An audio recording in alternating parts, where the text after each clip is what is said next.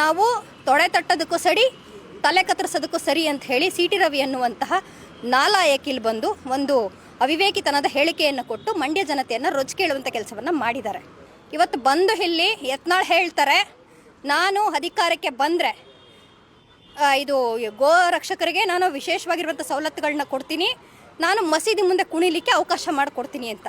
ಎಂಥ ಅಯೋಗ್ಯತನದ ಹೇಳಿಕೆ ಅಂತ ಹೇಳ್ಬೋದಲ್ವ. ಇದನ್ನು ಜನರಿಗೆ ಉಪಯೋಗ ಆಗುವಂಥ ಒಂದೇ ಒಂದು ಕೆಲಸವನ್ನು ಇವರು ಮಾಡೋದಿಲ್ಲ, ಬದಲಾಗಿ ಬೆಂಕಿ ಹಚ್ಚುವುದೇ ಇವರ ಪಕ್ಷದ ಒಂದು ಸಿದ್ಧಾಂತ. ಯಾರು ಕೂಡ ತಿರುಗಿ ನೋಡೋದಿಲ್ಲ. ಬೇಲ್ ಕೊಡಲಿಕ್ಕೆ ಅವ್ರ ತಂದೆ ತಾಯಂದಿರು ಸಾಲ ಸೋಲ ಮಾಡ್ಕೊಂಡು ತಮ್ಮ ಮಕ್ಕಳನ್ನ ಈಚೆ ಕರ್ಕೊಂಡು ಬರೋದಕ್ಕೆ ಹರಸಾಹಸ ಪಡಬೇಕು. ಇದು ಇವರ ಯೋಗ್ಯತೆಗಳು. ಇದನ್ನು ಎರಡನೇ ಕರಾವಳಿ ಮಾಡಲಿಕ್ಕೆ ನೀವು ಹೊರಟ್ರೆ ಇಲ್ಲಿ ಜನ ನಿಮಗೆ ಖಂಡಿತವಾಗಲೂ ಕೂಡ ಬುದ್ಧಿ ಕಲಿಸ್ತಾರೆ ಅಂತ ಹೇಳಿ ಎಚ್ಚರಿಕೆ ಸಂದೇಶವನ್ನು ಕೊಡ್ತಾ ಇದ್ದೀನಿ. ಮಂಡ್ಯ ಜಿಲ್ಲೆ ಅನ್ನುವಂಥದ್ದು ಸೌಹಾರ್ದತೆಯ ಜಿಲ್ಲೆ. ಹಿಂದೆಯಿಂದನೂ ಕೂಡ ಒಂದು ಇಲ್ಲಿರುವಂಥ ಜನಾಂಗ ಎಲ್ಲ ಜಾತಿ ಭೇದ ಭಾವವನ್ನು ಮರೆತು ಸಾಮರಸ್ಯದಿಂದ ಬದುಕನ್ನು ನಡೆಸ್ತಾ ಇರುವಂಥವ್ರು.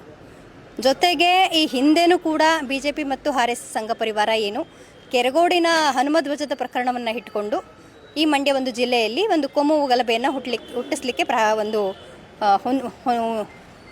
ಹುನ್ನಾರವನ್ನೇ ಮಾಡಿತ್ತು ಅಂತಲೇ ಹೇಳ್ಬೋದು. ಅದಕ್ಕಿಂತ ಮುಂಚಿತವಾಗಿ ಹುಸಿಯಾಗಿರುವಂಥ ಕ್ಯಾರೆಕ್ಟರ್ಗಳನ್ನ ಹುರಿಗೌಡ ಮತ್ತು ನಂಜೇಗೌಡ ಅನ್ನುವಂತಹ ಎರಡು ಹುಸಿ ಕ್ಯಾರೆಕ್ಟರ್ಗಳನ್ನ ಹುಟ್ಟುಹಾಕಿ ಪ್ರಧಾನಿಯವರನ್ನು ಮಂಡ್ಯ ಜಿಲ್ಲೆಗೆ ಸ್ವಾಗತ ಮಾಡಿಕೊಂಡಂಥ ಸಂದರ್ಭದಲ್ಲಿ ಹುರಿಗೌಡ ಮತ್ತು ನಂಜೇಗೌಡ ಅನ್ನುವಂಥ ದ್ವಾರವನ್ನು ಅವರು ನಿರ್ಮಾಣ ಮಾಡಿದರು. ಆ ಸಂದರ್ಭದಲ್ಲಿಯೂ ಕೂಡ ಇಲ್ಲಿರುವಂಥ ಎಲ್ಲ ಪ್ರಗತಿಪರ ಸಂಘಟನೆಗಳು ಕೂಡ ಜೊತೆಲಿ ಸೇರಿಕೊಂಡು ಈ ಹುರಿಗೌಡ ನಂಜೇಗೌಡ ಅನ್ನುವಂತಹ ಹುಸಿ ಟಾಪಿಕ್ಗೆ ಒಂದು ತಿಥಿ ಮಾಡಿದ್ರು ಅಂತಲೇ ಹೇಳ್ಬೋದು.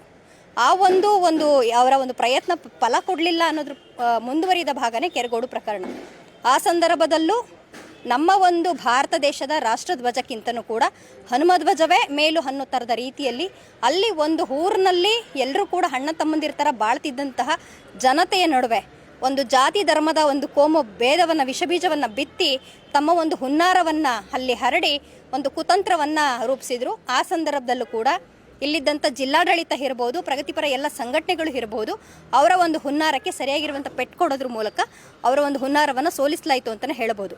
ಅದಾದ ನಂತರದಲ್ಲಿ ಪ್ರಾರಂಭ ಆಗಿದ್ದು ನಾಗಮಂಗಲದ ಗಲಭೆ. ನಾಗಮಂಗಲದಲ್ಲೂ ಕೂಡ ಇದೇ ಒಂದು ಗಣಪತಿ ಉತ್ಸವ ಇಟ್ಕೊಂಡು ಅಲ್ಲಿ ಕೂಡ ಶಾಂತಿಯನ್ನು ಕದಡುವಂಥ ಕೆಲಸವನ್ನು ಮಾಡ್ತಾ ಕೋಮು ಗಲಭೆಯನ್ನು ಹೆಚ್ಚಿದ್ರು. ಆ ಸಂದರ್ಭದಲ್ಲಿ ಪಾಪ ಅಮಾಯಕ ಬಡವ ಕುಟುಂಬದ ಮಕ್ಕಳುಗಳು ಕೇಸ್ ಹಾಕಿಸ್ಕೊಂಡು ಜೈಲು ಪಾಲಾದರು. ಮೊನ್ನೆ ಮದ್ದೂರಿನಲ್ಲೂ ಕೂಡ ಇಂಥದ್ದೇ ಒಂದು ಘಟನೆಗೆ ಮದ್ದೂರು ಮತ್ತು ಮಂಡ್ಯ ಜಿಲ್ಲೆ ಸಾಕ್ಷಿಯಾಗಿದೆ.